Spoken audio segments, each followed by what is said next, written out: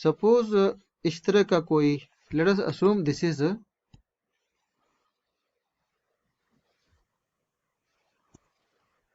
ये मान लीजिए किसी व्हीकल का टायर है, ठीक है, और भी इसको मैं ऐसे बना सकता हूँ ना, इट में लुक लाइक टायर ना। चलिए suppose this is the tyre of A vehicle, okay. और ये जब टायर व्हीकल मूव करेगा तो उस केस में इसका जो बॉटम है, नीचे वाला पॉइंट, ये तो ग्राउंड के कांटेक्ट में रहा करता है, एम आई राइट। तो ग्राउंड के कांटेक्ट में जो पॉइंट हम लोगों ने लिया था, उस पॉइंट को आई थिंक हमने कहा था ए पॉइंट ग्राउंड के कांटेक्ट में लिया था, और टॉप पॉइंट को लिया था बी, एम आई राइट।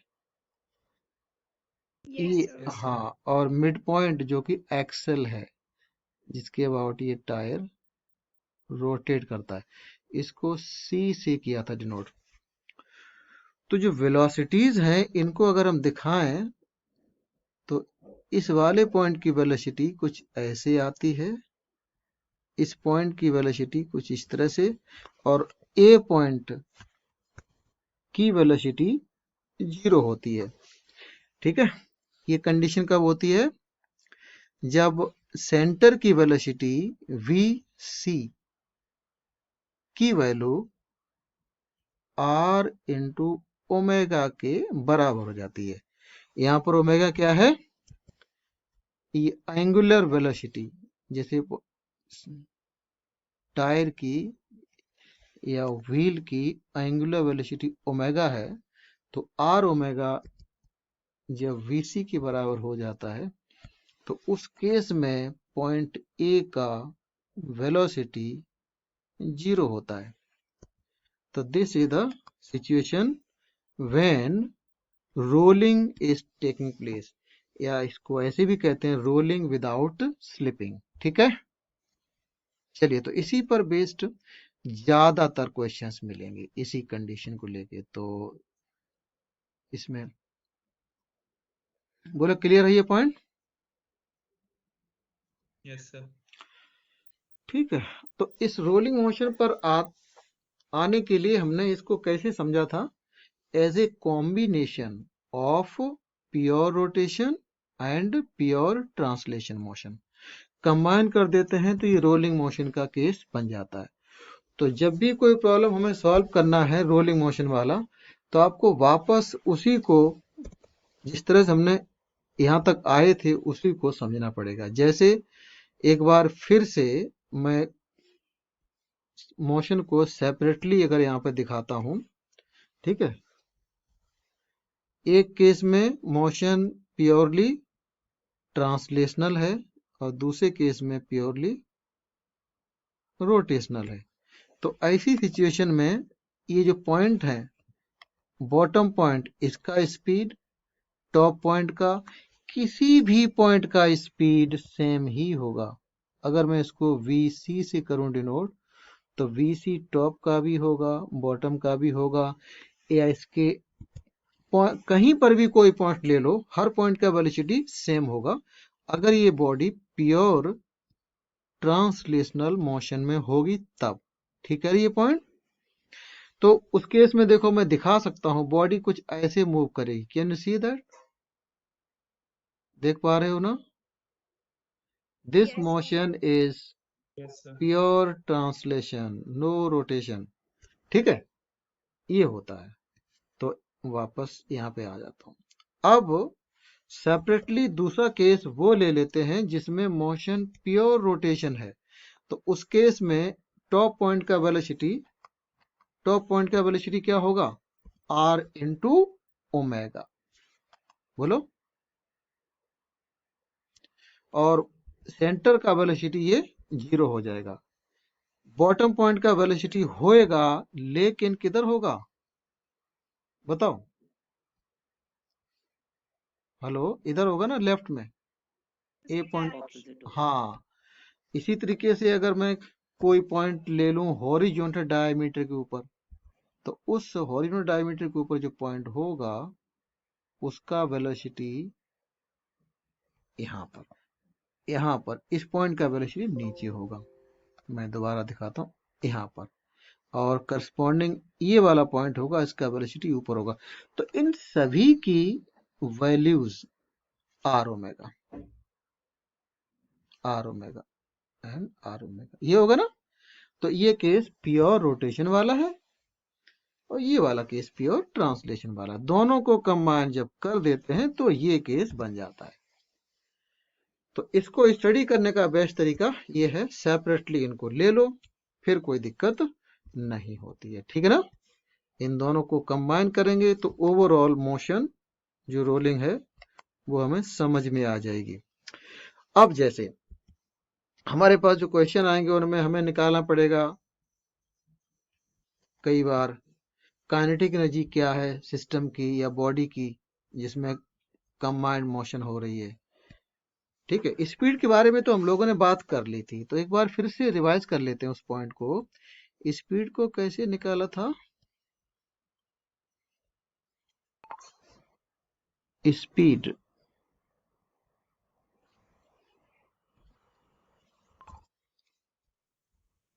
बताओ, कंबाइंड मोशन में किसी पॉइंट की स्पीड को कैसे निकाला था? यहां पर दोनों मोशन को कंबाइन करके स्पीड कैसे आती थी? टॉप मोस्ट पे वीसी प्लस आर ओमेगा। हाँ, टॉप पे वो हो जाएगा, बॉटम पर 0 हो जाएगा, लेकिन और कोई पॉइंट होगा तो कैसे करोगे? जैसे मैं ये कह रहा सर हूँ वेक्टर सम हो जाएगा। वेक्टर सम हो जाएगा, लेकिन वो वेक्टर सम करने में टाइम काफी लग जाएगा। जैसे एक पॉइंट में लेता हूं हॉरिजॉन्टल डायामीटर पर, ठीक है, एक पॉइंट हॉरिजॉन्टल डायमीटर पे ले लेता हूँ और ये वाला पॉइंट यहाँ पर सपोज है। इस पॉइंट की मैं बात कर रहा हूँ, एक पॉइंट यहाँ पर है। तो इस पॉइंट का वेलोसिटी जब आप प्योर ट्रांसलेशन की बात करोगे तब तो इधर ही होगा, लेकिन जब प्योर रोटेशन की बात करोगे तो नीचे होगा। Are you getting? सामने वीसी के बराबर होगा, है ना, और रोटेशन की वजह से नीचे की तरफ होगा। ये बात समझ में आ रही ना? जल्दी बताओ। Yes sir. हाँ, तो इस पॉइंट को मान लो मैं पॉइंट पी कह लेता हूं। पॉइंट पी की मान लो हमें नेट स्पीड निकालनी है, तो बिल्कुल सही कहा आपने, वेक्टर सम कर लेंगे। कैसे? प्योर ट्रांसलेशन के हिसाब से वेलोसिटी ऐसे आएगी और प्योर रोटेशन की वजह से इधर आएगी। बट इनका वेक्टर सम जब आप करोगे तो नेट वेलोसिटी की डायरेक्शन किधर जाएगी? गैस करो, इधर जाएगी ना। ऐसे नेट वेलोसिटी ऐसी है। तो यहाँ पर ये वैल्यू भी वीसी है और ये वैल्यू भी वीसी है। क्यों? क्योंकि हम प्योर रोटेशन में वैल्यू ऑफ वीसी और आर ओमेगा बराबर है ना। तो इस आर ओमेगा को आपने क्या रख दिया? वीसी के बराबर। तो ये नेट स्पीड जो आ गई है पॉइंट पी की, क्या हो जाएगी जरा बताओ? ये लास्ट में हमने डिस्कस किया था क्लास के एंड में ना। हाँ, √2 वीसी। वी सी का स्क्वायर, बी सी का स्क्वायर अंडर रूट कर देंगे, उसके बाद ऐसे आ जाएगा। तो इन दिस वे ये आएगा √2 टाइम्स वीसी। बोलो ठीक है ना?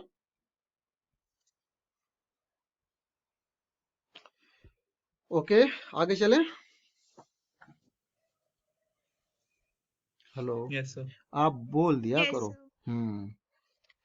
अच्छा, इसी में हम किसी भी पॉइंट के, यहां तो हमारे पास एक ये centre point, top point, bottom point, इनकी स्पीड के बारे में तो बात हो चुकी है, आप ऐसे निकाल लेंगे। बट और कोई जैसे पॉइंट अगर यहां पर होगा तो वेक्टर सम करना मुश्किल हो जाएगा। क्यों? क्योंकि आर ओमेगा इधर जाएगा, आर गेटिंग, और वीसी इधर जाएगा, तो दोनों का वेक्टर सम करोगे तो मुश्किल आएगा, क्योंकि उनके बीच में एंगल ये वाला 90 नहीं आ पाएगा। यहां तो 90 था, बड़ी जल्दी आपने कर लिया। Are you getting that? Hello. Yes sir. हाँ, तो उस केस में कैसे करोगे? तो उस केस के लिए मैं एक शॉर्टकट आपको बताता हूँ। वो कहाँ से आया मैं अभी नहीं बताऊंगा, ठीक है, क्योंकि हमारे लिए दूसरी चीजें ज्यादा जरूरी हैं। कहां से वो शॉर्टकट आता है वो मैं बता दूंगा जैसे ही सूटेबल टाइम आएगा। जैसे कोई पॉइंट मान लो यहां पर है, ठीक है। इनफैक्ट इसी डायग्राम को मैं सेपरेटली एक और बना देता हूं। कहां पर बताऊं, आई एम कॉपिंग दिस डायग्राम, ठीक है। और यहां पर इसमें दिखाऊंगा, इसमें केवल वही दिखाऊंगा, ठीक है। Now I am giving you that point somewhere over here. Point ये यहां पर है, कैसे मार्क करूं, ऐसे करके ये पॉइंट है। मान लो पॉइंट पी यहां पर है, इसकी नेट स्पीड निकालनी है, तो आप डिस्टेंस ए से लेकर पी तक की ये डिस्टेंस किसी तरीके से निकाल लिया करो। अगर ये डिस्टेंस आपने निकाल ली स्मॉल आर के बराबर, तो इस पॉइंट पी की जो वेलोसिटी है इसी के परपेंडिकुलर ऐसे आएगी इधर, और इसकी वैल्यू हो जाती स्मॉल आर इंटू ओमेगा, ठीक। फर्दर इसको ऐसे निकाल सकते हो 2vc इंटू कॉस थीटा। मैं ये नहीं बता रहा हूं अभी कि कैसे आया है। इसमें थीटा ये वाला एंगल है, वर्टिकल लाइन और एपी, ठीक है। टॉप पॉइंट जो बी था ना, A B vertical diameter, A P line जो पॉइंट पी को ए पर ज्वाइन करके आई है। तो ये वाला एंगल अगर आपको पता है थीटा, तो पॉइंट पी की स्पीड ऐसे निकल आएगी, ठीक। ये आपके लिए बहुत ही यूजफुल होने वाला है, चाहे वो नीट में कोई क्वेश्चन आए इस पर बेस्ड या AITS में आएगा, ठीक है ना। इधर क्लियर। इसको नेट वेलोसिटी भी मत कहो, ये क्या है, नेट स्पीड है। मैं यहां पर लिखे दे रहा हूं, net speed of any point on the circumference, ठीक। ये है नेट स्पीड, बहुत ही यूजफुल आपके लिए। ये शॉर्टकट है, कहां से आया बाद में पता चल जाएगा, ठीक है। तो हमारे पास स्पीड निकालने का तरीका आ गया। जैसे इसी को इस वाले पॉइंट पे स्पीड निकाली थी, इसमें अगर अप्लाई करो तो कैसे करोगे, ठीक है। एक एग्जाम्पल के लिए इसी क्वेश्चन को दोबारा से अगर करो, है ना, तो मैं क्या करूंगा, I will take one example again here. मान लो ये सर्किल है, ये सर्कमफेरेंस है टायर की, और टायर जो है किसी कार का मूव कर रहा है, ठीक है। नॉर्मल तरीके से जब कार मूव करती है तो आप जानते हो कि अगर मैं इसकी वर्टिकल डायमीटर को बनाऊं, तो मान लो यहां पर आपका ये सेंटर हो गया, यहां पर पॉइंट बी है, पॉइंट जो कांटेक्ट में रहता ग्राउंड के वो ये वाला है, और कोई पॉइंट पी यहां पर है जिसकी निकालनी है स्पीड। तो पॉइंट पी को मैं ऐसा करता हूं, हॉरिजॉन्टल डायमीटर पे ही ले लेता हूं। तो आपके लिए जो पीछे सॉल्व किया था उसी में इसको अप्लाई कर लेंगे। Suppose point P is on horizontal diameter here only. तो ऐसे केस में जैसा कि मैं कह रहा था, आप इस डिस्टेंस को निकालो ए से लेकर पी तक की। इधर क्लियर, हेलो। Yes sir. तो ये एपी लाइन और ये वर्टिकल लाइन मैं दोबारा हाईलाइट करूं, एपी लाइन कौन सी है, ये वर्टिकल लाइन तो ये हो गई, ये तो छिप जाता पूरा पूरा। ये वर्टिकल लाइन फिर भी मैं बताऊंगा, वर्टिकल डायमीटर और जो लाइन एपी है इसके बीच में, इसके ऊपर मैं दोबारा ड्रॉ कर दूंगा तो आई थिंक दिखाई पड़ जाएगी वो एपी लाइन। यस, अब दिख गई, अब वर्टिकल डायमीटर भी दिख गया। इन दोनों के बीच का ये वाला एंगल अगर आप निकाल सकते हो, तो पॉइंट पी की स्पीड एपी के ही परपेंडिकुलर होगी, और ऐसे दिखाएंगे नेट स्पीड को। तो कोई बताएगा ये एंगल क्या है जिसको हमने थीटा से नोट किया था यहाँ पर, इस पर्टिकुलर केस में बताओ। 45। बिल्कुल सही। अगर इतना आपने पता कर लिया फिर आप क्वेश्चन कर लोगे, क्योंकि ये रेडियस ये एंगल 45, तो थीटा की वैल्यू इस वाले एग्जाम्पल में 45 है, तो वीपी को जब लिखोगे तो 2vc इंटू कॉस 45, तो ये आ जाएगा 2vc इंटू 1/√2। आ गए ना वहीं पर जो हमने रिजल्ट पीछे निकाला था, देखो यहीं पर आ गए ना, और डायरेक्शन भी दिख रही होगी, इधर आ रही है ना, ऐसे। बोलो क्लियर?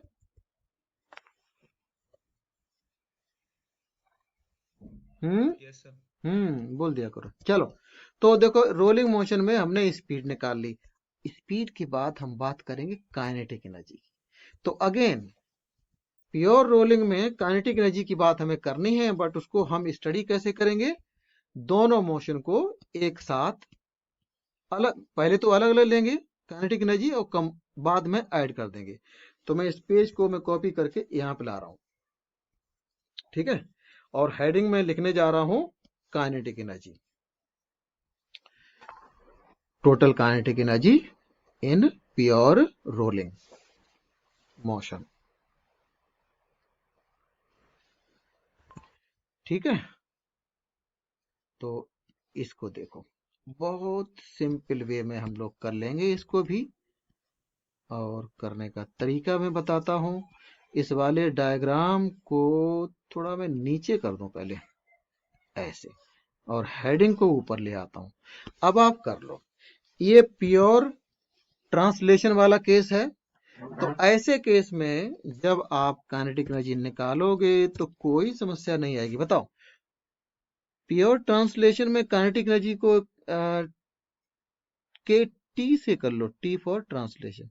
तो आप जानते हो हाफ एम बी स्क्वायर होगा कि नहीं होगा? बताओ, वो तो पहले से पता है आपको। हर पॉइंट का स्पीड सेम है ना, ऐसे निकाल लेंगे।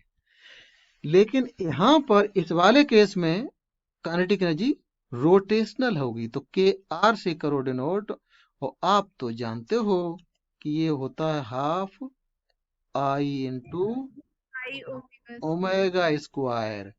लेकिन अगर आपको याद हो, मैंने एक शॉर्टकट मतलब कैलकुलेशन के लिए मैंने हेडिंग लिखवाई थी क्लास में, कि जब भी आपको V equal to r omega वाला केस मिले, तो इस वैल्यू को आप लिख सकते हो कैसे? हाफ। इनफैक्ट ये वैल्यू है ना, इस वैल्यू में ही एक फैक्टर से मल्टीप्लाई कर देंगे। वो क्या फैक्टर होता जरा बताओ तो? व्हाट? के के नंबर मैंने उसको कहा था, बस ऐसे आ जाएगा। ठीक है, यकीन ना हो तो आई को फिर से करके देख लेना, m are square multiplied by k number, ये होता ना। और इसमें ओमेगा स्क्वायर को भी अगर ले आओगे तो आर इंटू ओमेगा को लिख सकते हो ना वी, और उसका फिर स्क्वायर हो जाएगा। बोलो आगे समझ में, फिर से वही पॉइंट। हेलो? तो हाँ, तो बस ये इसका मतलब इन दोनों को कंबाइन करके हमें एक रिलेशन मिलेगा। वो रिलेशन क्या है जरा देखो, मैं इसको बगल में इनके बीच में दिखाता हूं, बड़ा यूजफुल रिलेशन, कि टोटल काइनेटिक एनर्जी के से करो डिनोट, वो किसके बराबर होगी? बोलो, translational plus rotational. But rotational में तो, एक मिनट पहले मैं लिख दूं, रोटेशनल में निकालते समय के नंबर टाइम्स क्या आ गया जरा बताओ? केटी के बराबर ही आ गया ना। ध्यान से देखो, केटी ये वाला और ये वाला सेम है ना। हेलो? अरे यस सर। हाँ, बोल दो। तो यस सर। इस के रोटेशनल को मैं लिख लूं ऐसे करके, यूं करके, बताओ? ये लिख लिया मैंने। अब इसमें केटी को ले लो कॉमन, तो आपको वो के नंबर है ना, दैट प्लस 1 ब्रैकेट मिलेगा, और के टी कॉमन होके ऐसे दिखेगा। आई बात समझ में? जल्दी बताओ। Yes sir. बस ये बड़ा काम का है, इससे आपके जो प्रॉब्लम है बहुत शॉर्ट हो जाएंगे। यहाँ से बहुत सारी बातें आ रही होंगी, जैसे कि अगर आप के आर को ऐसे लिख सकते हो तो के रोटेशनल और के ट्रांसलेशनल, इनका रेशियो क्या होगा, वही के नंबर होगा।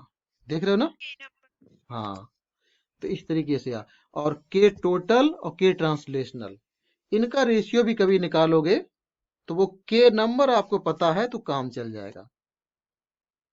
एग्जाम में नीट में क्वेश्चन आया है, मैं आपको बाद में बताऊंगा, मेरे पास अभी सामने बुकलेट नहीं है, मैं क्वेश्चन बताता हूँ। क्वेश्चन क्या था? क्वेश्चन ये था कि एक बॉडी प्योर रोलिंग मोशन में मूव कर रही है, ठीक है, और बॉडी का नाम उसमें इन्होंने दिया था। मैं यहाँ पे लिखता हूँ सवाल को। सर आप लेक्चर फॉरवर्ड कर दोगे, क्यों लिखने का टाइम थोड़ा। हेलो, क्लियर है पॉइंट? ये मैं क्या कह रहा हूं, इस तरह का a disc is moving in pure rolling motion, then ratio of total energy and translational energy is, ठीक है।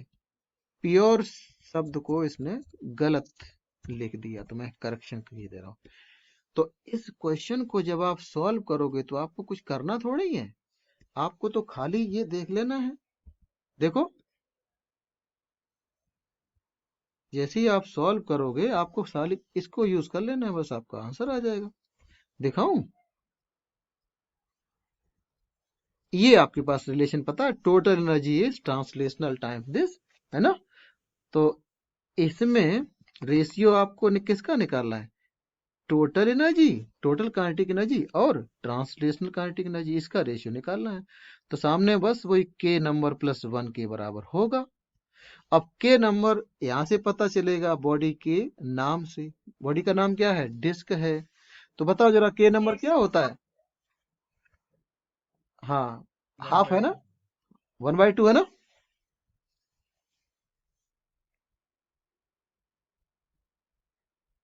साथ ही साथ बोल देते हैं हम लोग, बोलो सही है ना, 3/2 हो जाएगा ना आंसर। Yes sir. बस। अब अगर मान लो सॉलिड स्फीयर होगा तो के को यहाँ पे 2/5 लिख दोगे। इस तरीके से बहुत ही सिंपल वे में ये क्वेश्चन आ जाएगा, है ना? ठीक है, ऐसे ही। एक सवाल और मैं आपको देता हूं, आप करना इसको। Next question, it is over to you.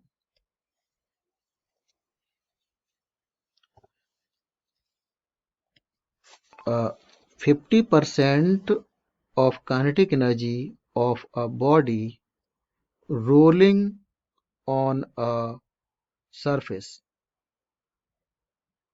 is kinetic energy.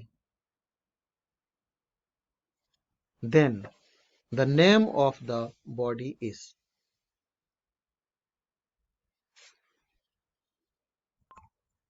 यहाँ पर 50% of total kinetic energy of a body rolling on a surface is kinetic energy. Then name of the body is. बताओ जरा।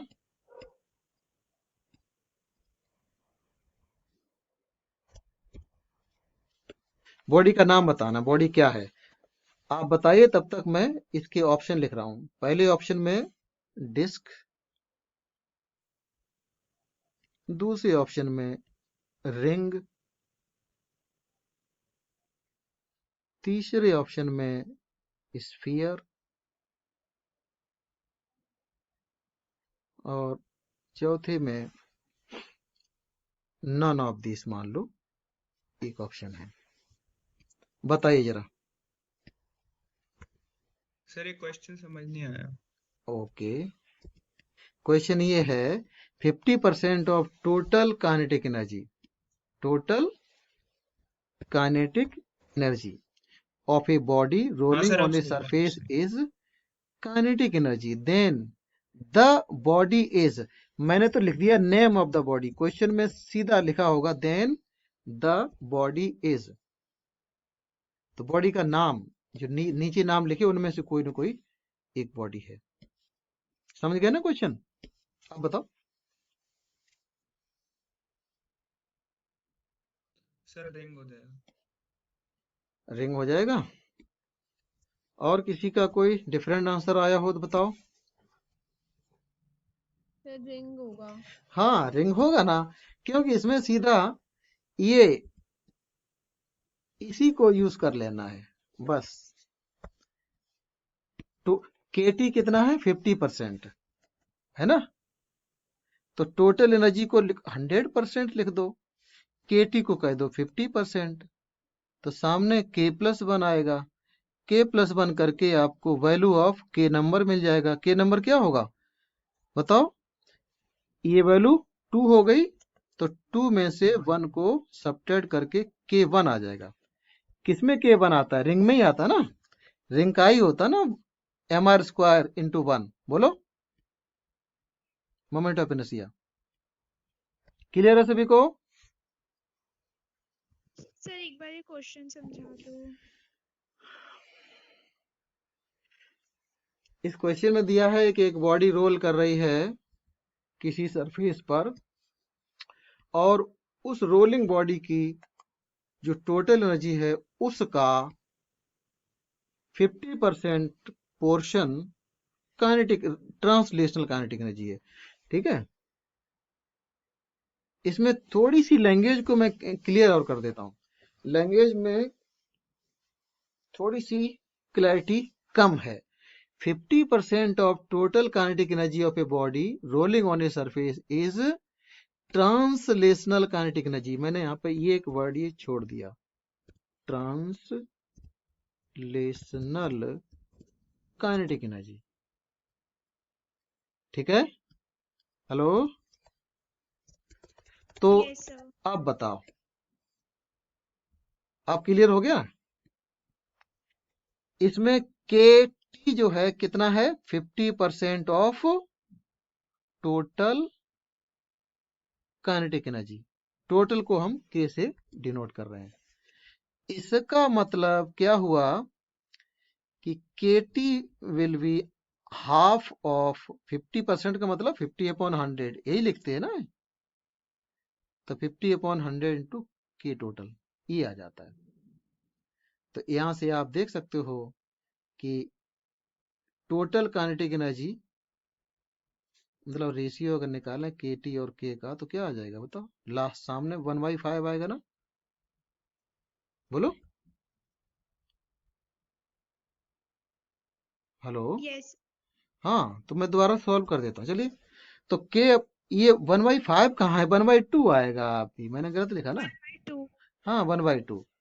तो ये यहाँ पर उल्टा है, तो इसको 2 लिख देंगे। देयरफॉर फ्रॉम दिस रिलेशन ये हो जाएगा। तो के क्या आ जाएगा बताओ? के प्लस 1 2 है तो के 1 आ गया। और के अगर 1 है तो बॉडी का नाम क्या हो जाएगा? बॉडी कौन सी होगी? रिंग ही तो होगी।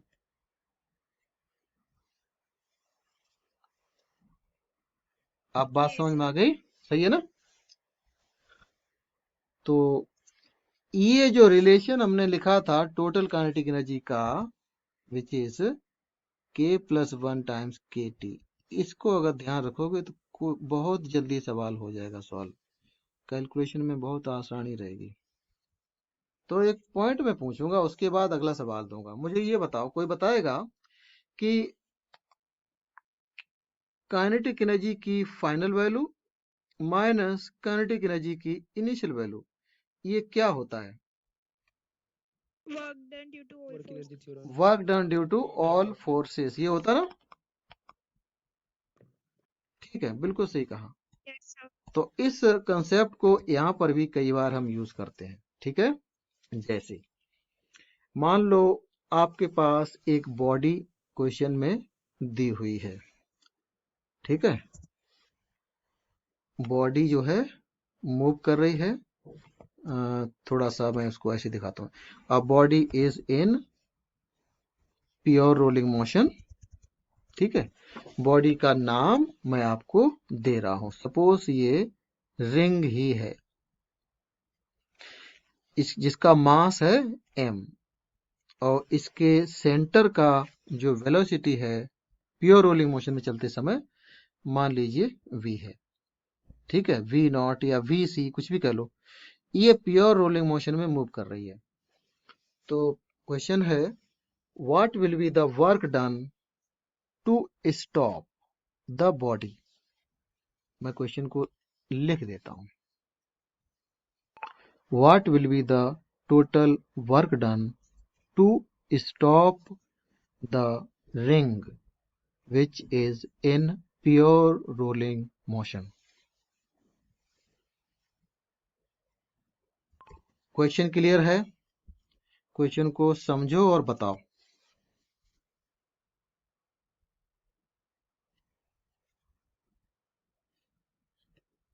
बताइए।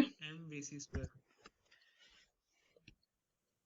तो प्योर रोलिंग मोशन में बॉडी मूव कर रही है ना, ये तो क्लियर है ना। तो इसकी टोटल काइनेटिक एनर्जी की इनिशियल वैल्यू और फाइनल वैल्यू क्या क्या है बताओ। फाइनल 0। फाइनल 0, ठीक है। तो के इनिशियल के फाइनल माइनस के इनिशियल कर दो, मैग्नीट्यूड निकालना होता है, ठीक है। तो के फाइनल 0 हो गया और के इनिशियल क्या हो जाएगा, half m v c square. लेकिन ये केवल ट्रांसलेशनल है, हमें यहाँ पे टोटल एनर्जी निकालनी होगी। याद है ना, रोलिंग मोशन में जब बॉडी है ना तो आपको काइनेटिक एनर्जी को ऐसे लिखना पड़ेगा, बस इतना ही ध्यान देना है बस। इधर क्लियर?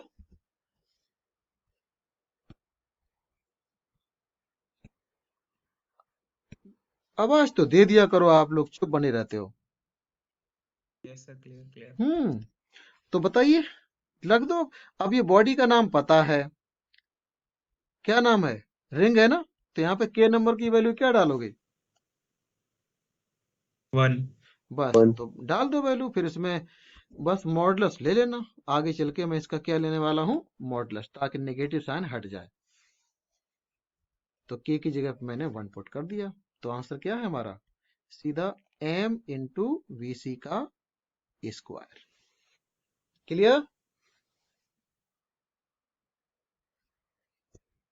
2 से यस सर। इस 2 से इस वाले 2 से ये 2 कट जाएगा।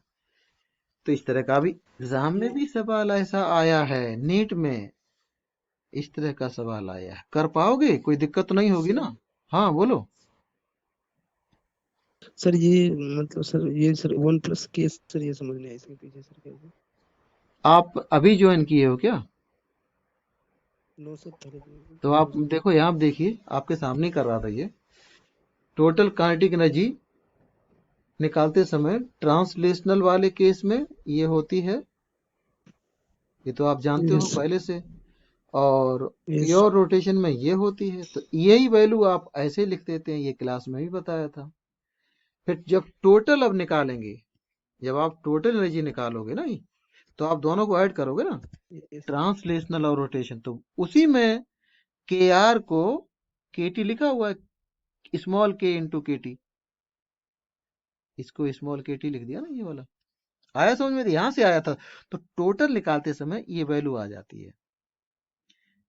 अच्छी बात यहाँ पे क्या है, आपके काम की बात क्या है कि केवल ट्रांसलेशनल एनर्जी जो आप इस तरह से निकाल लेते हो वो निकाल लो और 1 + k कर दो, तो आपको टोटल एनर्जी आ जाएगी, ट्रांसलेशनल और रोटेशनल। इधर क्लियर टू एवरीवन? चल सकते हैं आगे?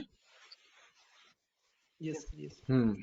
ठीक है। तो यहाँ पे थे बस। अब ये है, अब इसी में एनर्जी कंजर्वेशन भी लगा लेते हैं, फिर मोमेंटम कंजर्वेशन भी लगा लेते हैं, ठीक है ना। आगे एनर्जी कंजर्वेशन लगाएंगे, इससे पहले एंगुलर मोमेंटम को एक बार और देख लो। काइनेटिक एनर्जी को तो समझ गए, अब यही केस जिसमें कि बॉडी मूव कर रही है कंबाइंड मोशन में, रोलिंग मोशन में, तो व्हाट इज एंगुलर मोमेंटम। यहां पर इसी में पूछा जाए व्हाट इज एंगुलर मोमेंटम, तो ये बड़ा मुश्किल लगेगा आपको, क्योंकि टॉप पॉइंट का स्पीड ये है, सेंटर का ये है, बॉटम का 0 है। तो ये मुश्किल सिचुएशन भी इजी हो जाती है अगर आप सेपरेटली निकालो, ठीक है। सेपरेटली जैसे यहाँ पे निकाला था काइनेटिक एनर्जी, अब हम निकालेंगे एंगुलर मोमेंटम इन प्योर रोलिंग मोशन। यहां पे करते हैं, हेडिंग को मैं चेंज कर देता हूं, टोटल की जगह मैं यहां पर टोटल ही रहेगा। जस्ट ए मिनट, यहां पर मैं बदल देता हूं। Now we will find angular momentum.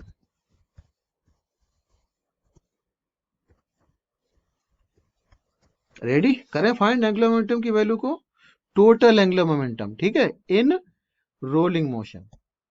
Ready, जल्दी बताओ। तो ये पहला वाला डायग्राम एंगुलर मोमेंटम या total momentum? Total angular momentum, total angular momentum, ठीक है। तो यहां पर जो प्योर रोटेशन कहां हो रहा है, यहां पर केस ये है प्योर रोटेशन वाला, मैं लिख भी दूं प्योर रोटेशन, और यहां पर प्योर ट्रांसलेशनल मोशन, ठीक है। प्योर को इसने सही तरीके से नहीं लिखा तो मैं सही कर देता हूं। ओके, ठीक है। हेलो, चलो इसको भी करेक्शन कर दूं इसमें।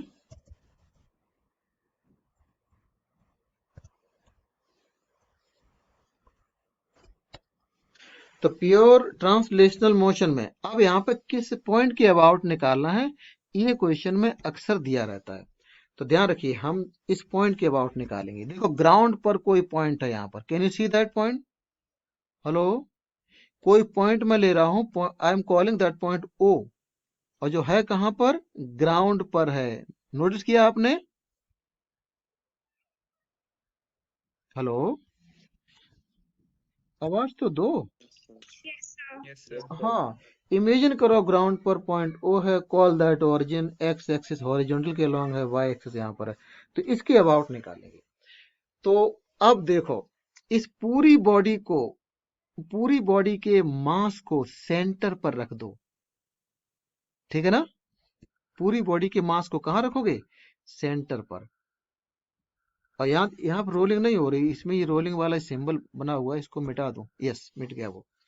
तो पूरा का पूरा मास m आप सेंटर पे रख देंगे, जहां पे इसका सेंटर ऑफ मास है, और खाली उसी को देखो, ठीक है। मैं इसको मिटा दूं, आई थिंक ज्यादा अच्छा रहेगा, मैं इसको मिटा ही देता हूं, सब कुछ मैं मिटा देता हूं। पूरा का पूरा मास मैंने कहा रख दिया है, इसके सेंटर ऑफ मास पर। और आपको तो याद है, पता है कि अगर पार्टिकल की लाइन ऑफ मोशन पता है ना, तो इस वाले सिचुएशन में आप कैसे निकालेंगे, ये बन जाएगा स्मॉल डी। बताइए, P इंटू डी करके निकालते थे, जल्दी बताओ। हाँ, तो P इंटू डी, और D क्या है, D यहाँ पर क्या होगा बताओ। Perpendicular distance from the line of momentum. तो वो किसके बराबर हो जाएगी, रेडियस के बराबर हो जाएगी ना। यहाँ तो वो रेडियस होगी ना। Are you getting? यहाँ पर सो कॉल्ड परपेंडिकुलर डिस्टेंस क्या होगी, रेडियस बनेगी, है ना। Yes, sir. हाँ, ये रेडियस बन जाएगी बस। तो देयरफॉर P को तो आप लिख लेंगे M इंटू वी सी, और D को लिख लिया R, बस इतना ही होता है। तो यहाँ पर कुछ समझ में आया सेंटर ऑफ मास की क्या इंपॉर्टेंस है। प्योर ट्रांसलेशनल मोशन में जब काइनेटिक एनर्जी निकालनी होती है तो आप पूरे मास को सेंटर ऑफ मास पे मान लेते हैं बस, और बॉडी को पार्टिकल मान लेते हैं। पार्टिकल मान के सीधी एनर्जी निकालते हैं। क्या एनर्जी आती है, हाफ m vc स्क्वायर, ठीक है, क्योंकि हर एक पॉइंट का सेम स्पीड, तो पूरा मास यहाँ पे मान लिया। यहाँ भी रोटेशन वाला सिंबल में हटा दूं, ठीक है, ठीक है।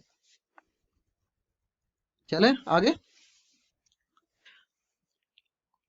यहाँ पे निकालें एंगुलर मोमेंटम। इस वाली बॉडी के लिए क्या होगा, इसका भी आप जानते हो, प्योर ट्रांसलेशन नहीं, ये क्या है, प्योर रोटेशन। एंगुलर मोमेंटम आता है आई इंटू ओमेगा। कुछ ध्यान है? Yes sir. तो बस ये है। तो दोनों को जब आप टोटल निकालेंगे तो ऐड कर देंगे। तो टोटल एंगुलर, इसको एक काम करो, L T, T for translational, इसको L R, R for rotational. तो रोटेशन के करस्पॉन्डिंग एंगुलर मोमेंटम ये है। अब आप निकालो टोटल एंगुलर मोमेंटम, एल से ही डिनोट करेंगे, दोनों का सम कर लेना है बस। कोई दिक्कत? बस यही आंसर है, यही आंसर है। बताओ, कोई प्रॉब्लम?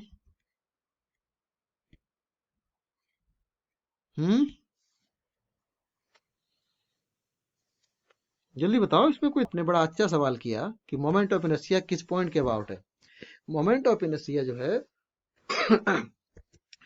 इस वाले केस में हम बात कर रहे हैं प्योर रोटेशन की। तो प्योर रोटेशन में हमेशा ही एंगुलर मोमेंटम यही आएगा। और ये जो मोमेंट ऑफ इनर्शिया है, इसको नोट कर लेना। अभी तक जरूरत नहीं पड़ी थी, अब आपने पूछा है तो क्या लिखेंगे, आई सी। इसका जो अपना सेंटर है ना, उसी के अबाउट लेना होगा। Got that point? Hello? Okay sir. हाँ, ध्यान रखिएगा, यस इसका सर। जो अपना सेंटर है उसी के अबाउट लेंगे। तो यहाँ पर भी इस पॉइंट को मैं दिखा देता हूँ। बस इतना ही है। आगे चल के हम अप्लाई करेंगे कंजर्वेशन ऑफ एंगुलर मोमेंटम वाले प्रॉब्लम भी सॉल्व करेंगे, लेकिन वो अभी नहीं, we will do them later. Clear? तो ऐसे करना होगा। Okay, now things are complete. You know how to find net speed of any point on the circumference. You know how to find total kinetic energy. You know how to find total angular momentum about this point which is on the ground. अब आप इस पर based जो numericals आते हैं उनको solve करने के लिए रेडी हैं। करें कुछ सवाल? बताओ जरा, यहां तक कहीं पर जरा भी कोई दिक्कत होती हो समझने में तो आप कर सकते हो, मतलब सॉल्व पूछ सकते हो। हाँ, कुछ someone is saying something, कुछ कह रहे हो कोई?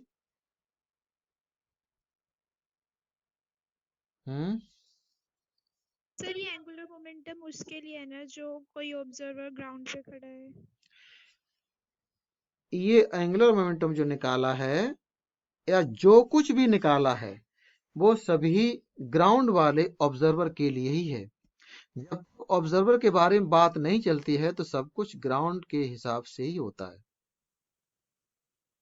बट पॉइंट इंपॉर्टेंट इसमें यह है कि किस पॉइंट के अबाउट आपने एंगुलर मोमेंटम किस पॉइंट के अबाउट निकाला है, ये पूछना चाहिए आपको। बताओ, आप बताइए किस पॉइंट के अबाउट निकाला हमने angular momentum?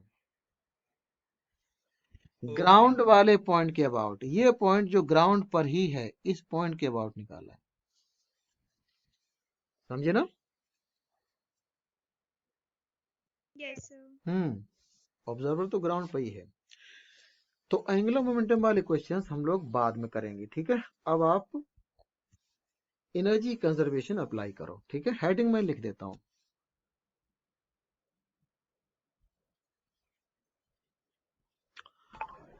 Application of energy conservation in rolling motion.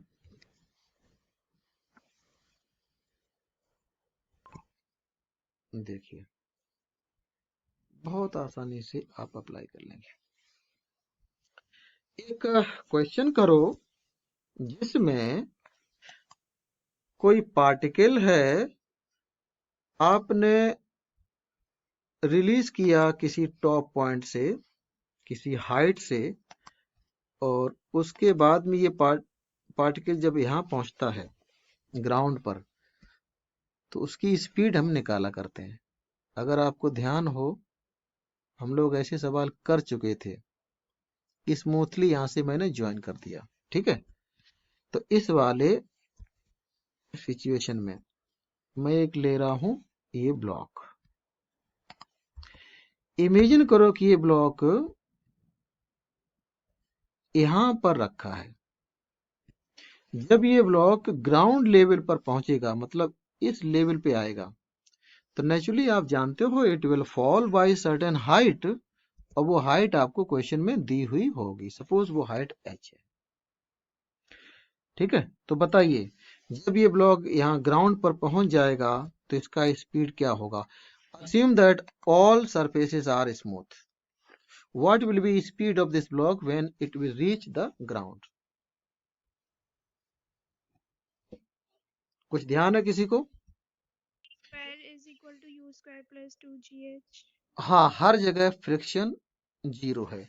तो इसको सॉल्व करने के लिए एनर्जी मेथड अप्लाई करते हैं, बट उसमें भी ये रिलेशन आ जाता है, वही यूज करना है डायरेक्टली।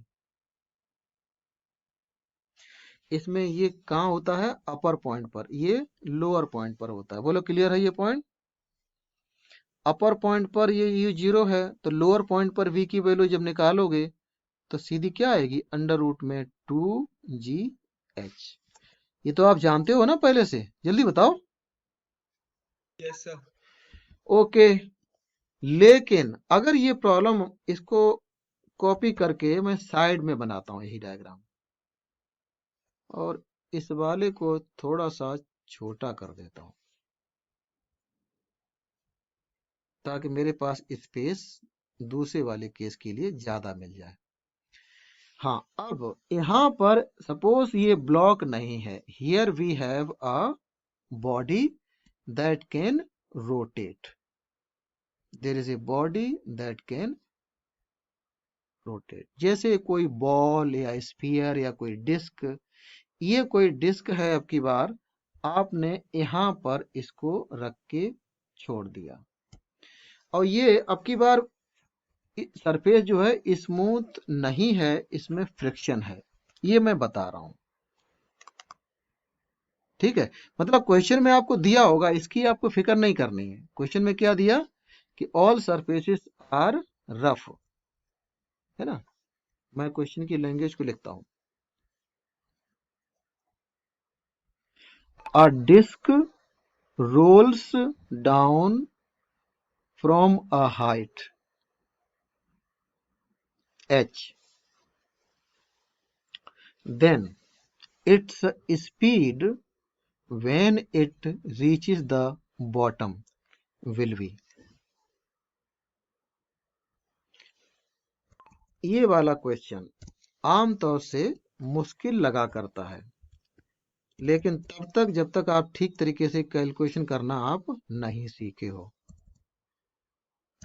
अगर आपको आता है how to do calculation in a better way, आप तुरंत सॉल्व कर लोगे। बताओ जरा इसमें कैसे करना है, मैं बताता हूँ। ये तो पहला सवाल है, तो नेचुरली आप अभी नहीं कर पाओगे। तो ये जो तरीका हमने अप्लाई किया था, वो तरीका यहाँ पर भी एप्लीकेबल होगा। मेरी बात सुन रहे हो आप लोग? यही तरीका यहाँ पर भी एप्लीकेबल होगा।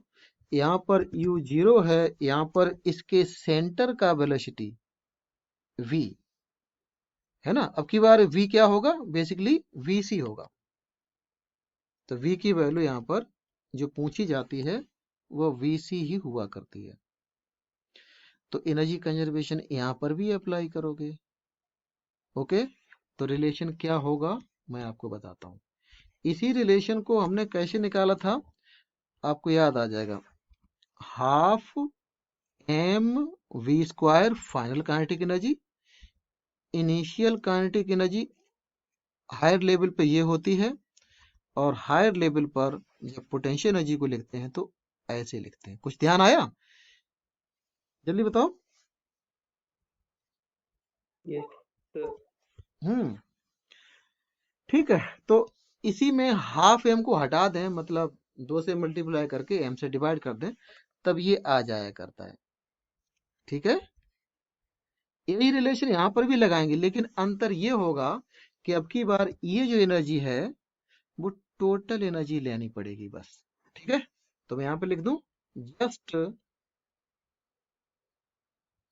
टेक टोटल काइनेटिक एनर्जी, ठीक है, that includes translational and rotational,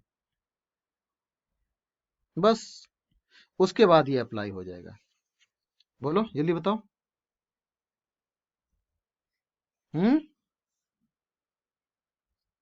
क्या बात है, कहां पर हैं आप लोग? Yes sir, yes sir. हाँ, तो बस ये ऐसे करना है। तो अब की बार जब ये टोटल काइनेटिक एनर्जी लोगे तो इनिशियल काइनेटिक एनर्जी यहाँ तो जीरो है, वो अक्सर जीरो होएगी ही।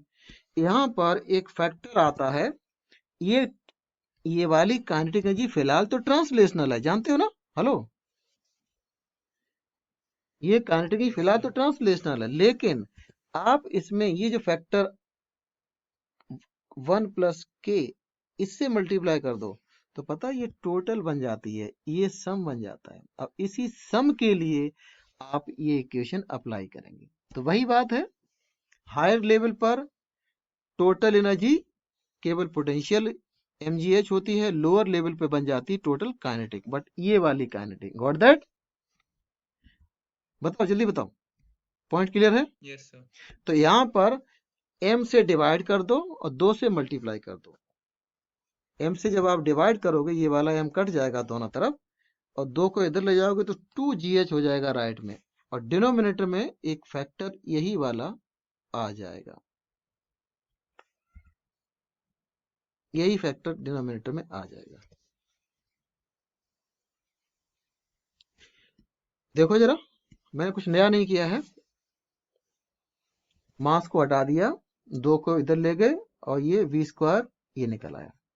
बताओ क्लियर?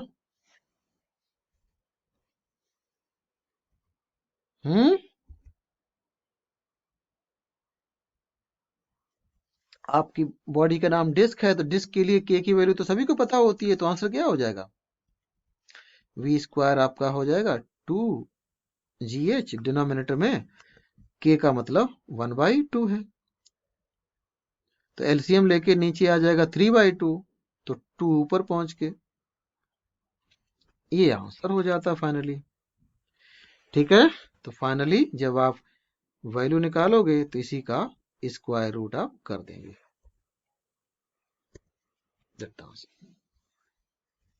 मैं रिपीट करता हूं, मैंने यहां पे जो म्यू लिख दिया था ना, जस्ट एक मिनट,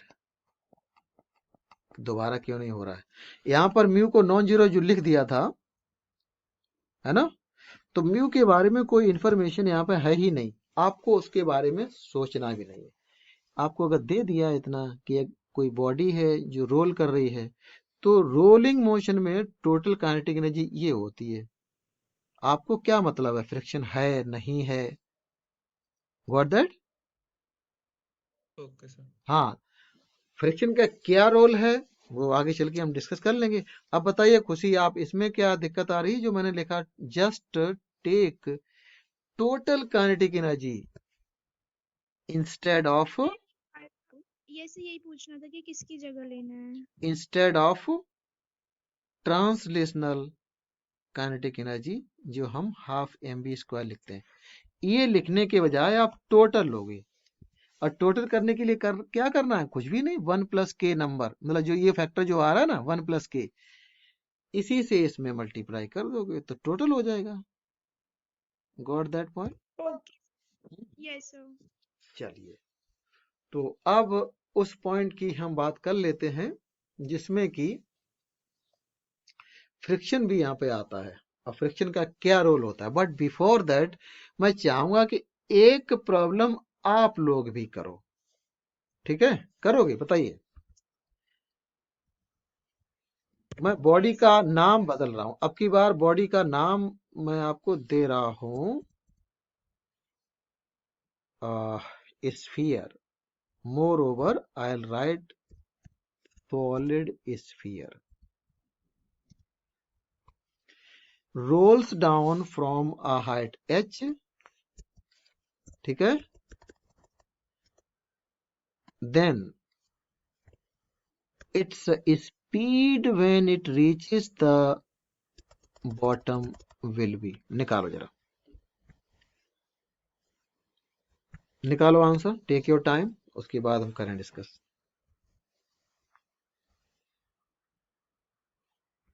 यस सर। तो इसमें हमें जरूरत है टोटल काइनेटिक एनर्जी की वैल्यू, जिसको हम कैसे निकालेंगे, translational kinetic energy multiplied by some number, वो क्या होता है ब्रैकेट में 1 + k, ठीक है, ये फैक्टर हो। तो इसमें स्मॉल k की वैल्यू क्या आएगी, यहां से आएगी, बॉडी का नाम है सॉलिड स्फीयर, तो 2/5, बिल्कुल सही कह रहे हो, 2/5 + 1, ये तो ब्रैकेट में है, और बाहर है ये, ठीक है बस। तो यही काइनेटिक एनर्जी है, इसको इक्वेट कर दो, किसके बराबर कर दोगे, mgh, बताइए। This kinetic energy will be equal to mgh, पहले पोटेंशियल एनर्जी होती है, वो काइनेटिक बन जाती है बाद में।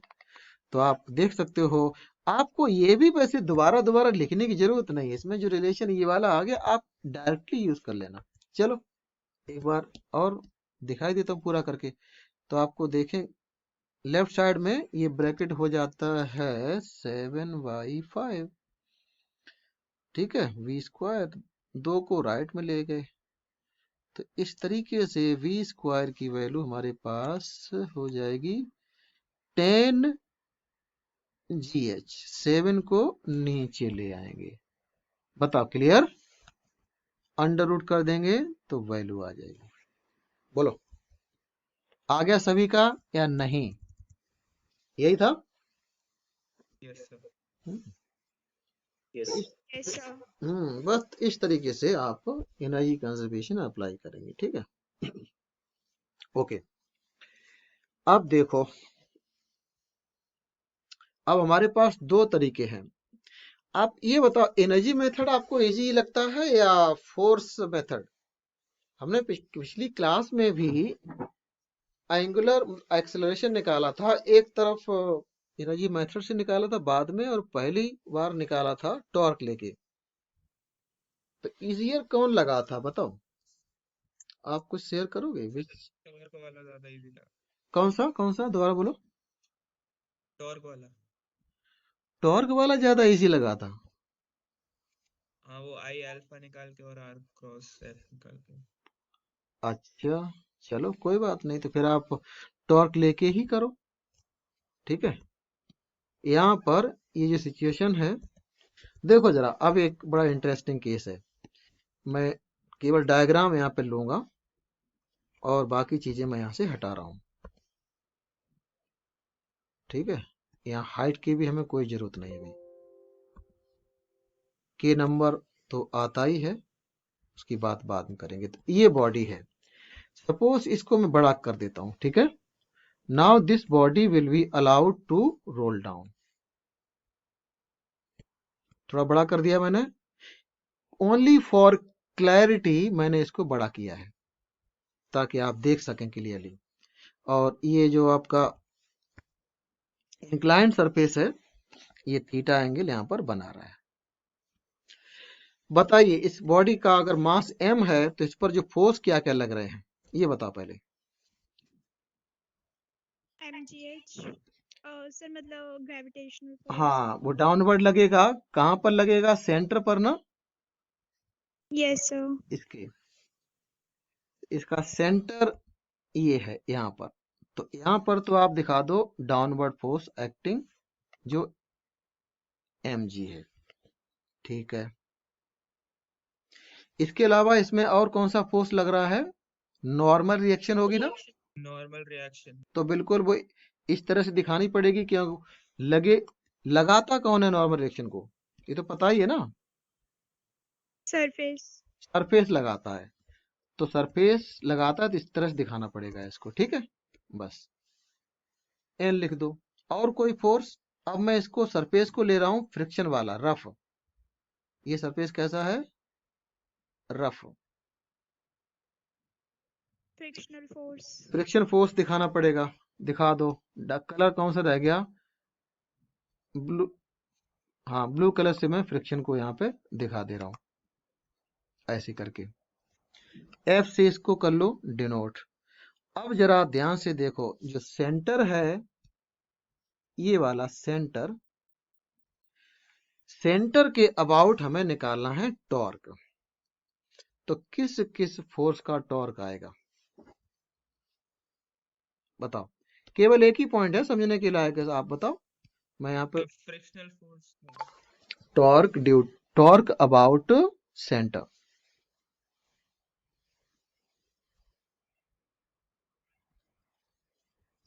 फ्रिक्शनल फोर्स का आएगा। अकेला फ्रिक्शन का ही तो आएगा ना, क्योंकि mg तो वहीं से पास हो रहा है सेंटर से ही, तो mg का तो कुछ होने वाला नहीं, नॉर्मल रिएक्शन का भी नहीं होने वाला। क्लियर है पॉइंट? बस फिर क्या, इतना आपको समझ में आ गया तो फिर कोई प्रॉब्लम नहीं होगी। तो बताइए कितना होगा टॉर्क, फिर कितना होगा,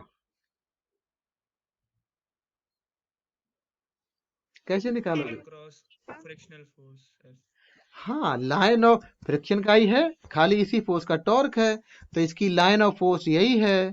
तो इस लाइन की डिस्टेंस सी से कितनी है यहाँ पे बताओ जरा।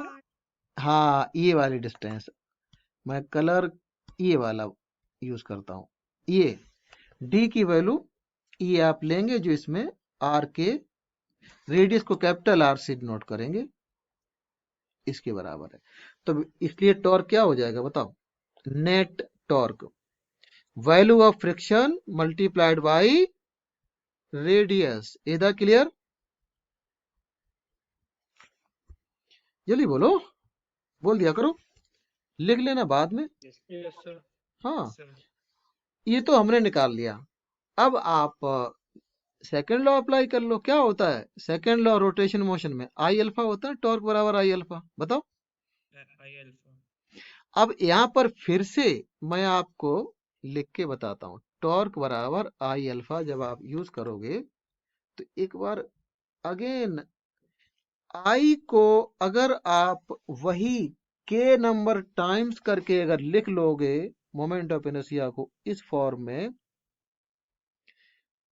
ऐसे करके, तो आपका यहाँ पर भी जो एक्सप्रेशन आते हैं बहुत सिंपल हो जाते हैं। ठीक है ना? तो ये जो एक्सप्रेशन है इसको मैं कैसे लिख रहा हूं, के एम आर स्क्वायर अल्फा।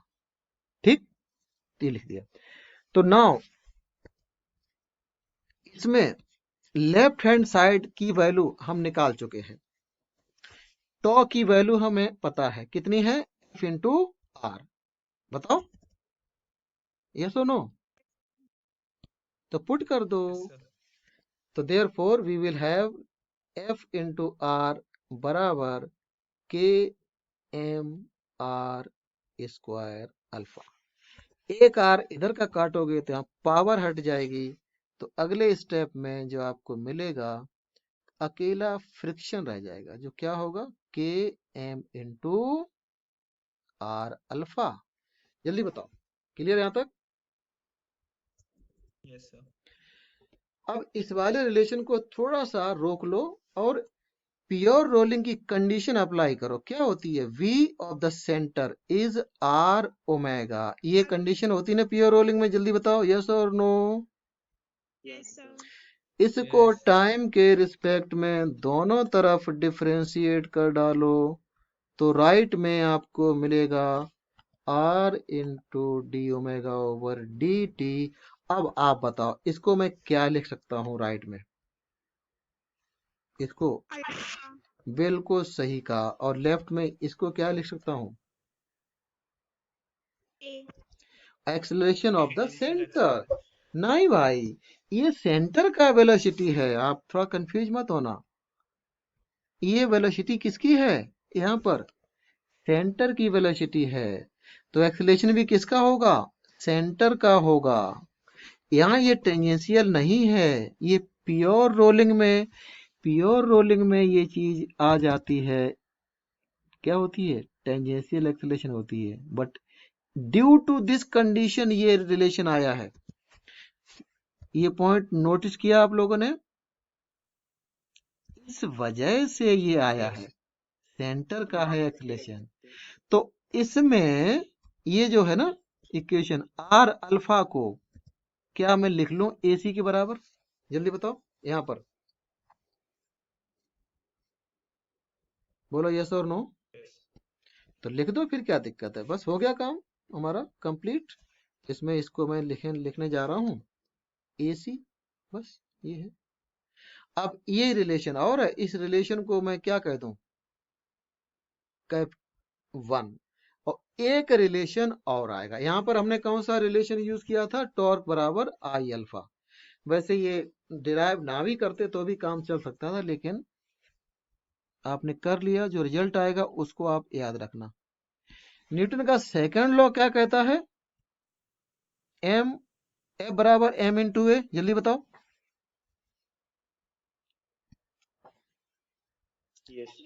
ये इसको लिखना नहीं, जरा देख लो एक बार पहले हम लोग न्यूटन्स लॉज ऑफ मोशन में ऐसे लिखते थे ना इसको, ये वाला तो रोटेशन में इसका काउंटर पार्ट हो जाता है, इसी का रोटेशन में फॉर्म ये बन जाता है, ट्रांसलेशन में तो यही है। कोई बताओ यहाँ पर F ये क्या है, नेट फोर्स है या इनमें से कोई एक है? F क्या होता है? बिल्कुल नेट फोर्स। सही, ये नेट फोर्स होता है, ठीक है ना। तो नेट फोर्स किधर, जिधर एक्सेलरेशन है, जिधर एक्सेलरेशन है, एक्सेलरेशन किधर है, इधर है। बताओ,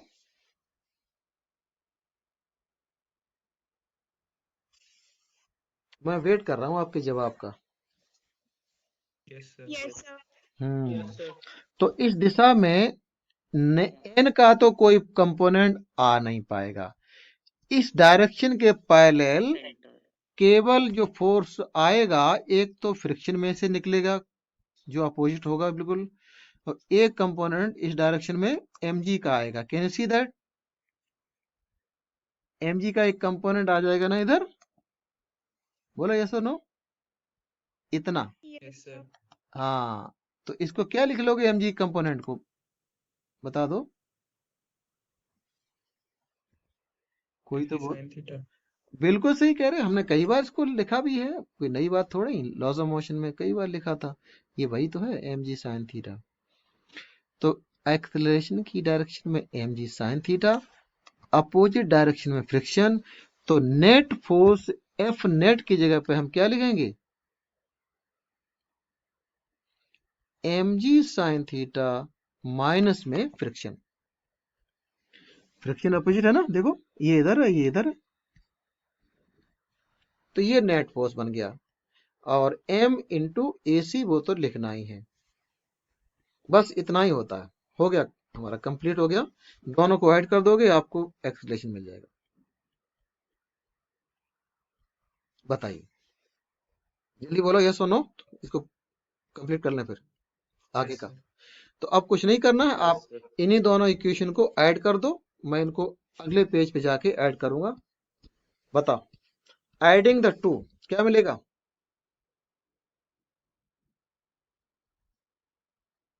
लेफ्ट में फ्रिक्शन F और माइनस कट जाएगा, क्या मिलेगा लेफ्ट में, mg sin थीटा। जल्दी बताओ, ये तो रह जाएगा लेफ्ट में। और mg राइट, sin थीटा। और राइट में जो आपको मिलेगा उसमें आपके पास ये वाला टर्म भी है ऐड करने के लिए, और ये वाला टर्म भी है, तो दोनों को ही ऐड करना पड़ेगा। NAC 1 plus k। तो इसमें फिर से अगले स्टेप में k+1 फैक्टर बाहर दिखेगा और अंदर MAC आ गया, ये है आपका mg sin थीटा। दोनों तरफ से मास को अगर हटा दोगे तो AC की वैल्यू, एक्सेलरेशन ऑफ सेंटर, क्या मिलेगा, जी sin theta upon k number plus 1। बिल्कुल सही। आपने देखा k नंबर की इंपॉर्टेंस, समझी ना, कितना इंपॉर्टेंट है, कितना सिंपल हो जाता हमारा एक्सप्रेशन। ठीक है, यस सर। बस ये होता है। और अब ये तो एक्सेलरेशन मिल गया, मैं यहाँ पे लिख भी देता हूँ, हमने अभी क्या निकाला है, बड़ा इंपॉर्टेंट पॉइंट है ये, वी हैड फाउंड एक्सेलरेशन, लिख दो यहाँ पे, एक्सेलरेशन लिख दिया इसने, सही लिखा बिल्कुल। अब फ्रिक्शन, फ्रिक्शन सही लिख दिया। तो फ्रिक्शन की फोर्स F की वैल्यू जब आप निकालोगे तो AC की जगह पर ये लिख दो, तो क्या बन जाएगा बताओ जरा। I am writing this thing at the place of AC।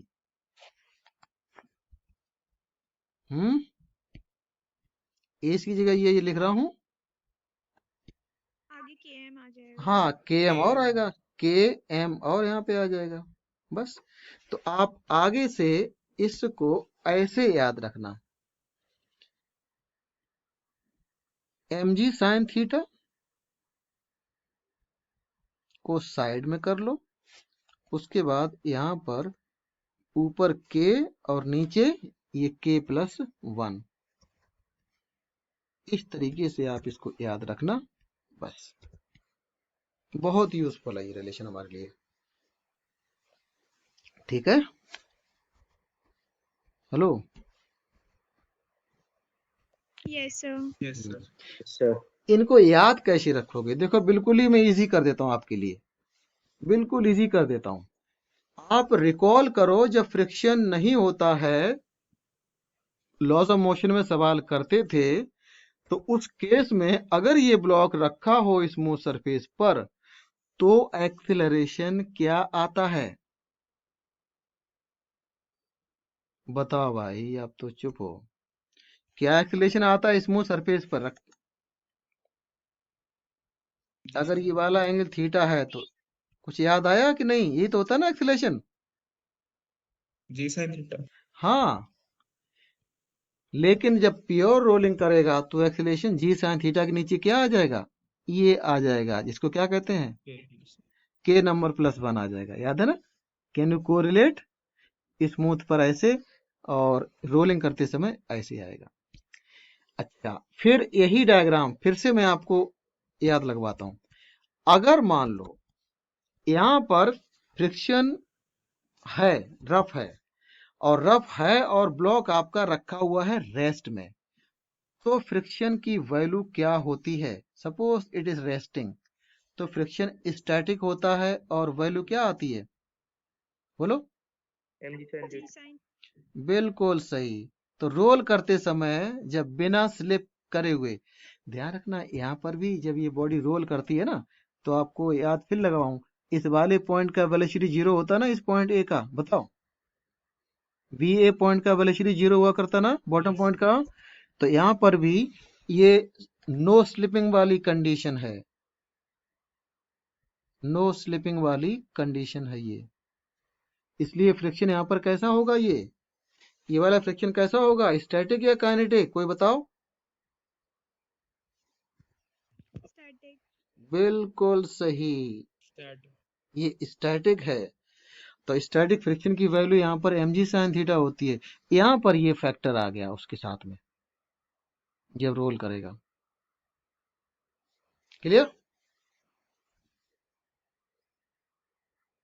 बताओ, ठीक है ना? याद रखने का भी तरीका मैंने बता दिया। तो यही चीजें हैं। तो आपके पास एक्सीलरेशन आ गया, ध्यान रखो, के टर्म्स में, फ्रिक्शन आ गया वो भी के टर्म्स में, और लास्ट में यहां से कहानी कंप्लीट हो जाएगी। आपको याद होगा कि जब ये रेस्ट में रखा हुआ ब्लॉक थीटा को बढ़ाने पर एक कंडीशन आती है, जब थीटा हो जाता है एंगल ऑफ रिपोज के बराबर। किसी को ध्यान है ना? Yes sir. तो ये ब्लॉक मूव करना लगता है, स्लिप करता है, और स्लिप करते समय फ्रिक्शन बन जाता काइनेटिक। तब इसकी वैल्यू को क्या लिखते हो? म्यू एन, और इंक्लाइंड सरफेस पर एन होता है mg into mg cos cos theta. याद आया ना?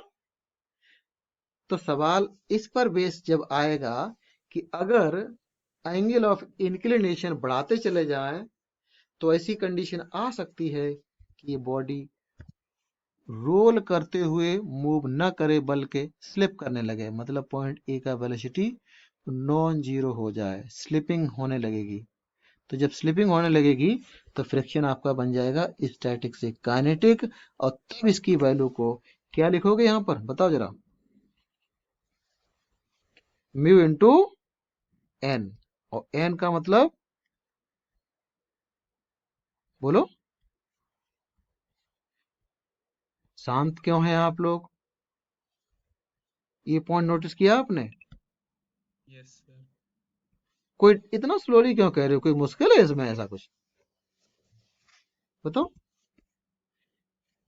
प्योर रोलिंग होने के लिए यहाँ पर एंगल थीटा की कुछ वैल्यू होती है, अगर थीटा को बढ़ाते जाओगे तो जो बॉडी रोल कर रही है हो सकता है वो रोल ना कर पाए, इट इज पॉसिबल कि बॉडी रोल ही ना कर पाए, स्लिप करने लगे। Are you getting? तो यहाँ पर जो पॉइंट ए है उसका velocity Yes, sir. Non zero हो जाएगा फिर, तो उस केस में रिलेशन ये आएगा, जैसे ही ये स्लिप करना शुरू करेगा ये कंडीशन आएगी, इसमें mg को दोनों तरफ से उड़ा दो तो आपको म्यू की वैल्यू मिल जाएगी, क्या मिलेगी बताओ, दिस नम फैक्टर, उसके बाद साइन अपॉन कॉस, बताओ साइन के नीचे इस कॉस को ले आओगे ना तभी तो म्यू मिलेगा आपको, जल्दी बताओ। Tan theta लिखो। Yes sir. हाँ तो क्या रिलेशन अल्टीमेटली रह जाएगा, इसको क्या लिख लोगे बोलो? Tan theta. बिल्कुल theta. सही, टेन थीटा। ये रिलेशन बहुत ही इंपॉर्टेंट है आपके लिए, ठीक है, this relation is very very important, मैं यहां पर लिखूंगा, याद रखना इसको। कैसे आया है ये सब रिलेशन, कैसे आए हैं भूल जाओ चलेगा, याद रखना है, कभी कभी जरूरत पड़ेगी इसको, ये तो ये भी यहां भी इसको लिख लेना, कई बार पूछा जाता है, find acceleration of centre when body rolls down, ठीक है, तो यहाँ ये इंपॉर्टेंट है सबसे ज्यादा, और दूसरे नंबर पे ई है, क्लियर? बताइए कुछ डाउट हो, यहाँ पे एक पॉइंट लिख दूं, व्हेन स्लिपिंग स्टार्ट्स, बस, तो उस केस में ये हमने यहाँ पे लिखा है, स्लीपिंग लिख दिया इसने, तो मैं इसको करेक्शन कर दूं,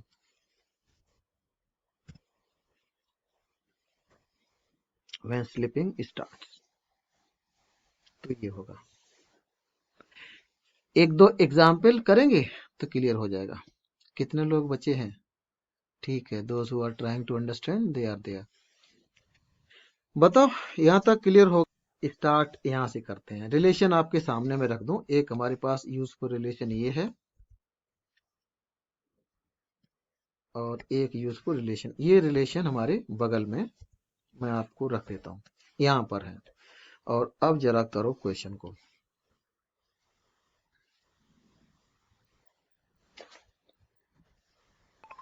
a disc rolls down on a rough incline of angle of inclination 30 degree,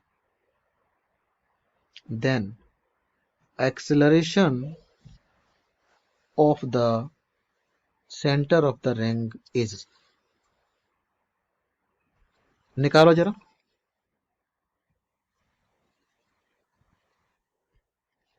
बताओ बताओ जल्दी से,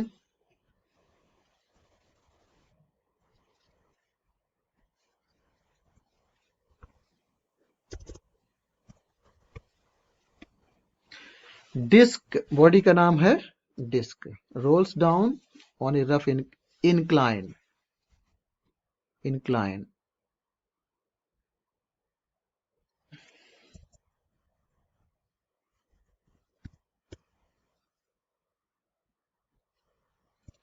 Ten by 3. then acceleration of the center of the ring, निकाल लिया? तो इसमें सीधा आपके बगल में रिलेशन रखा हुआ है, उसको यूज करना है, A of centre will be G sine theta, G की वैल्यू को 10 अगर ले लो, साइन थीटा हाफ हो जाएगा, डिवाइड बाई के कितना होगा बताओ? हाफ। 1/2। बस, तो ये आ गया। तो ऊपर बचा है 5 और नीचे हो गया 3/2। तो अल्टीमेटली 10/3 यही आंसर है ना सभी का? सर हाँ बोलो, पूछो। सर आपने लाइक स्टार्टिंग में क्वेश्चन के डिस्क लिखा है और एंड में रिंग। कहाँ? अच्छा, यहाँ पे ये मिस्टेक हो गई ना। सोल्यूशन में तो हमने सही डिस्क के हिसाब से ही किया है। ठीक है, मैं इसमें करेक्शन कर देता हूँ। Thank you. ठीक है, acceleration of the centre of the disc is, got that? बताओ, क्लियर है? तो आगे बढ़े फिर। यस चलो सर। ठीक है, अब देखो अगला सवाल ये है। मैं क्वेश्चन को लिख देता हूँ, ज्यादा अच्छा रहेगा। A ring comma a disc comma a solid sphere rolls down on an incline, then acceleration will be maximum for, बताओ किसके सॉलिड लिए, स्फीयर। किसके लिए एक्सेलरेशन मैक्सिमम होगा? A disc comma a ring a disc and a solid sphere rolls down, roll down s की जगह पे roll down on an incline, then acceleration will be maximum। ठीक है, सॉलिड स्फीयर। आपका answer है solid. और किसी का कोई डिफरेंट आंसर? सभी लोग करो, ट्राई करो, सोचो।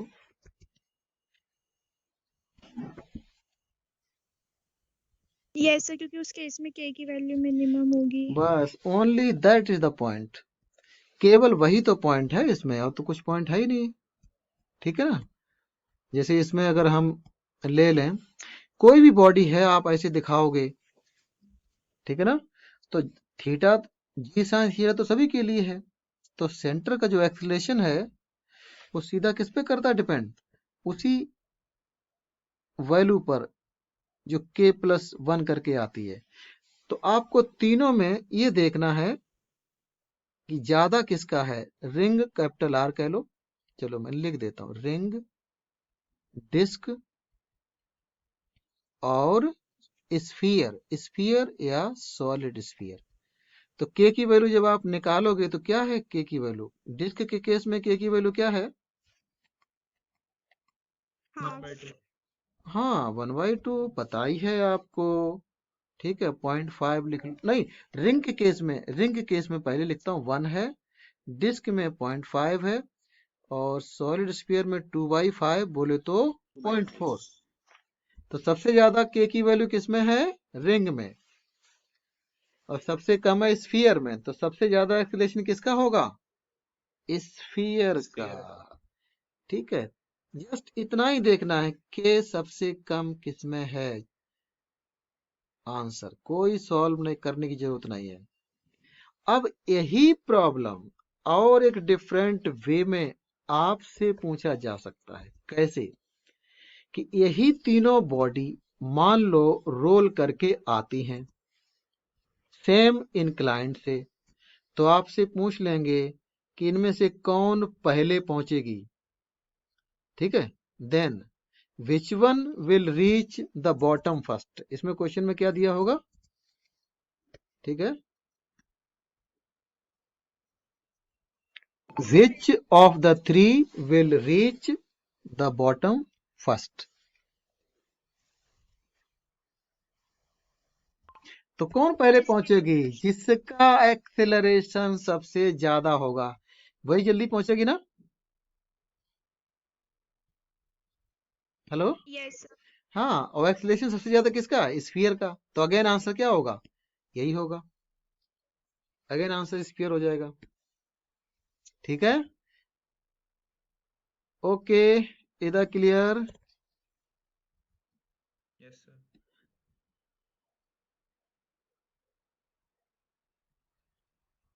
अब देखो इसी में आप लिखना चाहो बाद में, which of the three, which of the three will have maximum speed at bottom? Bottom पर जब पहुंचेगी ना तो मैक्सिमम स्पीड किसकी होगी? तो फिर से बताओ क्या आंसर होगा? Sphere. हाँ, अगेन, क्योंकि उसकी स्पीड सबसे ज्यादा है और एक्सीलरेशन सबसे ज्यादा है, डिस्प्लेसमेंट सेम है, तो v स्क्वायर बराबर u स्क्वायर प्लस 2as ऐसे करके निकालोगे, डिस्प्लेसमेंट बॉटम पे आके सभी का सेम है ना? इसलिए स्पीड मैक्सिमम उसकी होगी जिसका एक्सेलरेशन सबसे ज्यादा है। बोलो क्लियर है सभी को? और एक्सेलरेशन ज्यादा है सबसे स्फीयर का, तो अगेन वही आंसर आएगा। ऐसे सवाल आपको मिलेंगे। तो आपने देखा, नोटिस किया कि ये जो के नंबर है कितने काम का है आपके लिए? बोलो जल्दी Yes, बताओ। sir. अच्छा, के नंबर के अलावा एक नंबर और होता है, वो नंबर नहीं है इसलिए उसको नंबर नहीं कहेंगे। वो और आपको बता दूं, अभी तक उसका जिक्र नहीं हुआ है कहीं पर। उसे कहते हैं रेडियस ऑफ गायरेशन। ये नाम सुना होगा आप लोगों ने, बताओ। Yes sir. हाँ, तो मैंने इसका कोई जिक्र नहीं किया था। एक्चुअली हमारे लिए ज्यादा यूजफुल पैरामीटर नहीं होता है, बट पता होना चाहिए, ठीक है ना? होता क्या है, ये जस्ट मैं बहुत ब्रीफ में तुरंत ही बताऊं आपको कि अगर कोई बॉडी चाहे वो रोल करे या ना करे, है ना, या कोई रॉड ले लो, ठीक है, तो आपको उसका मोमेंट ऑफ इनर्शिया पता होगा, ठीक है, किसी एक्सिस के अबाउट। जैसे यहाँ पर इसी को ले लो, सपोज इसी के, मान लो यहाँ पर डिस्क ले लिया आपने और यहाँ पर हमने रॉड ले ली है। अगर मोमेंट ऑफ इनर्शिया आप निकालोगे, रॉड का मास m, लेंथ l ऐसे है, तो आप जानते हो मोमेंट ऑफ इनर्शिया की वैल्यू यहाँ पर क्या होगी और इस केस में क्या होगी? बताओ क्या क्या होगी, जल्दी बताओ। डिस्क में क्या होती है? 1 by p square and 1 by 2 mr square. यहाँ पर ऐसे लिखोगे और यहाँ पर क्या लिखोगे? 1/3 या 1/12, क्या होता है? 1/3. हाँ, बिल्कुल सही कहा। तो एक नंबर होता है, मतलब एक लेंथ होती है, वो आपको ऐसे निकालनी पड़ती है कि आप मोमेंट ऑफ इनर्शिया को मास से अगर डिवाइड कर दो और उसके बाद इसका ले लो स्क्वायर रूट, तो आपको एक लेंथ मिलेगी। नॉर्मली इस लेंथ को कैपिटल के से डिनोट करते हैं बुक्स में, बट कंफ्यूज मत होना, कैपिटल के हम लोग काइनेटिक एनर्जी के लिए ज्यादातर यूज करते हैं, बट रेडियस ऑफ गायरेशन को भी इसी सिंबल से डिनोट कर लेते हैं। तो यही होता है radius of gyration. Are you getting? मतलब ये हो गया कि अगर मैं स्क्वायर कर दूं दोनों तरफ, तो आई को आप लिखते समय क्या करेंगे? m इंटू के स्क्वायर लिख लोगे ना? जल्दी बोलो। Yes, sir. हाँ, तो ये है, जस्ट ए मिनट, मैं एक इसमें कुछ देख रहा हूँ, ई मिल गया। यहाँ पर मैं ऐसे दिखाऊंगा, आप ऐसे लिख सकते हो एक्सप्रेशन को या ऐसे लिख सकते हो। तो ऐसा करके जो लेंथ आती है, that length is called radius of gyration. इसको अगर आपसे पूछा जाए कि डिफाइन कैसे करोगे, तो मैं डिफाइन भी कर सकता हूं। करूं डिफाइन?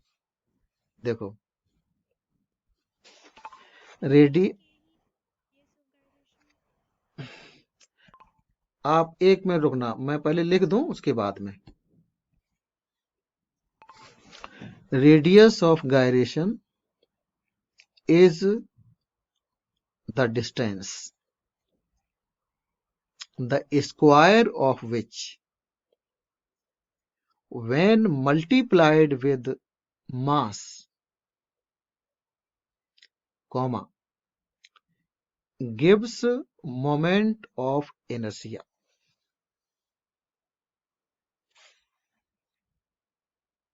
बस ये है.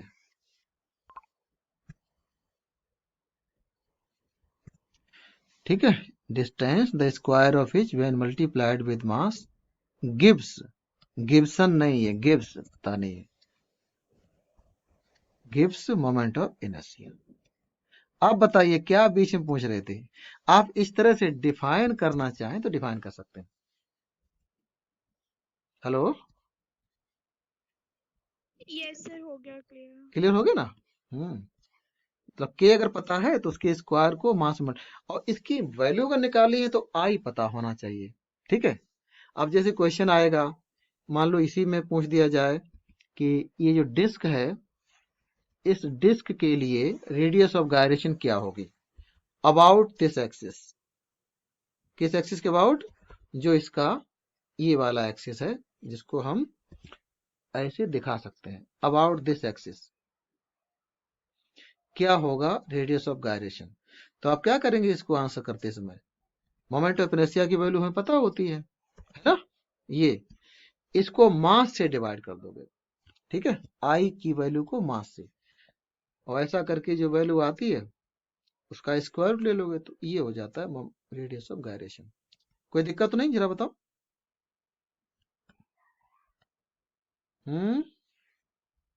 हेलो. नो। तो ये रेडियस ऑफ गायरेशन हमारे लिए उतना यूजफुल पैरामीटर नहीं है होता है. ठीक है, उससे ज्यादा एक पैरामीटर हमने जिसको इस के नंबर का है, आपने नोटिस किया कितना काम का है वो? बोलो यस और नो, जल्दी बताओ. Yes sir. वो ज्यादा काम का है. लेकिन कभी कभी के नंबर आपको नहीं दिया होगा क्वेश्चंस में, तब क्या करोगे? आप कहोगे सर आपने तो के नंबर बताया, के नंबर दिया नहीं, मोमेंट ऑफ इनर्शिया ही दे दिया सीधा सीधा, है ना? हेलो, मैं ये कह रहा हूं कि सपोज मोमेंट ऑफ इनर्शिया ही दे दिया है, सपोज 20 kg मीटर स्क्वायर ये मोमेंट ऑफ इनर्शिया है, तो के नंबर कहां से लाओगे फिर? ये सवाल बन सकता है ना आपके माइंड में, जल्दी बताओ. सर mr स्क्वायर से डिवाइड कर. हाँ जी, और क्या. उस केस में आपने बिल्कुल सही कहा कि जो मोमेंट ऑफ इनर्शिया को हम लोग लैम्डा मतलब के नंबर कह रहे थे ना, के number into M are square करके लिखा करते हैं ना, वो अगर आपको दिया अगर है आई, तो के नंबर आपको ऐसे मिल जाएगा, I divide by M are square. Am I right? Yes sir. ऐसे आ जाता है. तो ठीक है, ध्यान रखिएगा. और वैसे अगर आप अपने इस रेडियस ऑफ गायरेशन को भी लिंक करो तो इसी आई को एम के स्क्वायर करके लिख दो, है ना? तो उस केस में ये के नंबर और इनका आपस में कुछ लिंकेज मिल जाएगा. क्या मिलेगा बताओ जरा. हेलो, जो हम लोग जिसको कह रहे थे के नंबर, उसका और स्मॉल के का आपस का रिलेशन देखना चाहते हो तो यहां से मिल जाएगा. इसमें एम और एम को हटा दोगे तो यही स्मॉल के नंबर क्या मिलेगा? के कैपिटल के जो कि रेडियस ऑफ गायरेशन है, और नीचे कैपिटल आर का स्क्वायर. ऐसे भी मिल सकता है, कभी जरूरत पड़े तो ऐसे लिख लेना. कोई दिक्कत तो नहीं? जल्दी बताओ, जल्दी बताओ. No sir. हाँ, तो समटाइम्स अगर आई दिया है तो आप ऐसे निकाल लेना, के ही दिया है तो आप ऐसे निकाल लेना, है ना?